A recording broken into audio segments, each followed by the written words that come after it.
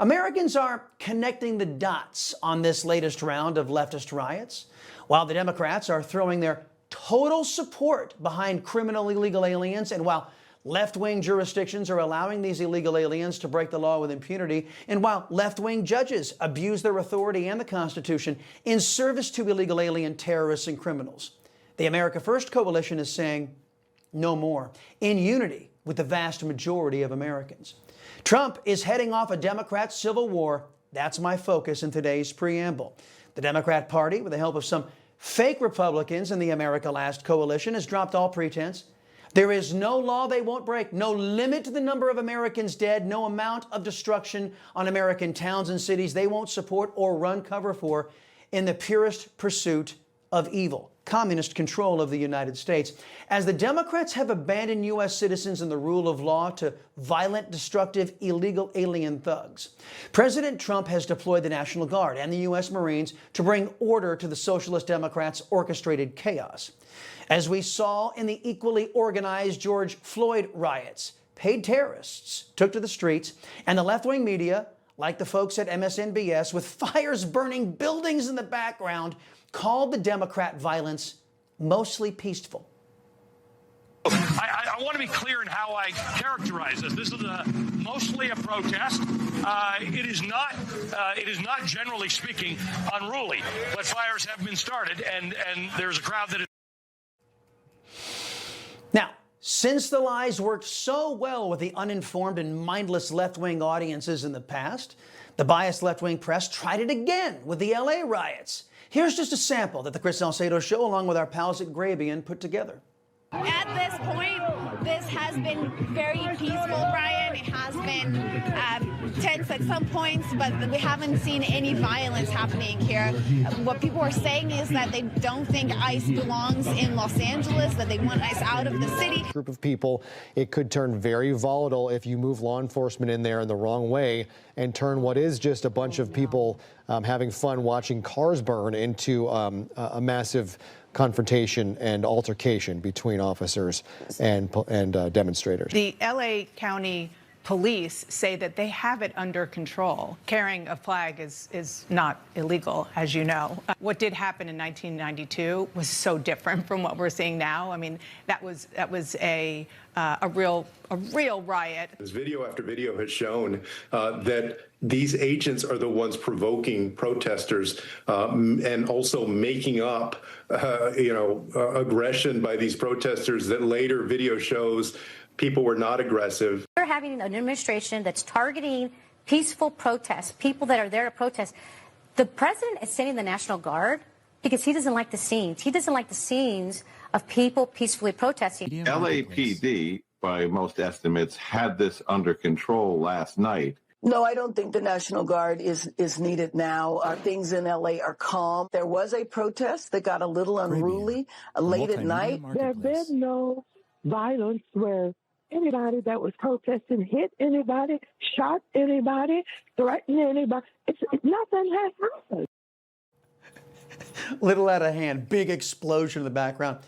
The good news is, folks, today's attempted gaslighting didn't have the same impact as during the George Floyd riots. Why? Because after lying to the American people about Joe Biden's mental acuity, after years of covering for all the Democrats' harm to our people, and after the last rounds of gaslighting in the summer of love, the audiences for the left-wing press have dropped immensely. Turns out that Americans are sick and tired of Democrats in the press lying to us, hurting us and our families in service to socialists. Speaking of which, journalist Willie Nelson, with our pals over at Salem Media Group, he did something the lazy, gaslighting, and anti-American press refuses to do. He worked, and he got to the bottom of these AstroTurf riots.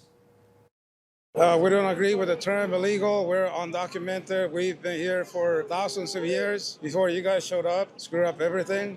We think we should organize together with the U.S. working class and fight together and create a better system. We're anti-capitalist.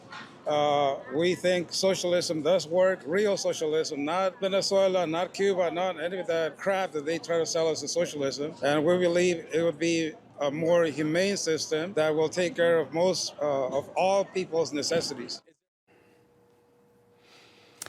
Lot to unpack there. First, the admitted illegal alien wants to be called undocumented.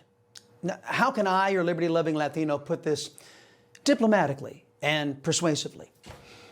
I really don't care what the illegal aliens think. You illegals break into my country, and now you want to dictate how I and my countrymen speak, forcing us to abandon the legal term of art. If you want that type of PC, anti-American BS, go to the Associated Press. They excel at that. Here in Realville, you are an illegal alien who doesn't deserve to be in my country. No illegal alien deserves to be in my country. Next, the admitted illegal alien says he's trying to implement socialism, a stupid and vacuous system to replace America's system of capitalism and free enterprise. The gall of this man. He breaks into my country, then wants to steal my children and my country's children's future from us by implementing filthy leftist policies. Again, let me respond in a manner that this advocacy deserves. Screw you! On that topic, Mr. Nelson, a real journalist asked, hey, when has socialism ever worked? The only model would be Soviet Union the first 4 years. After that, it became a mess. Sadly, there was a bureaucrat leadership that grew out of that, but it has to do mainly with the attacks of the U.S. and all big powers against that system that was working.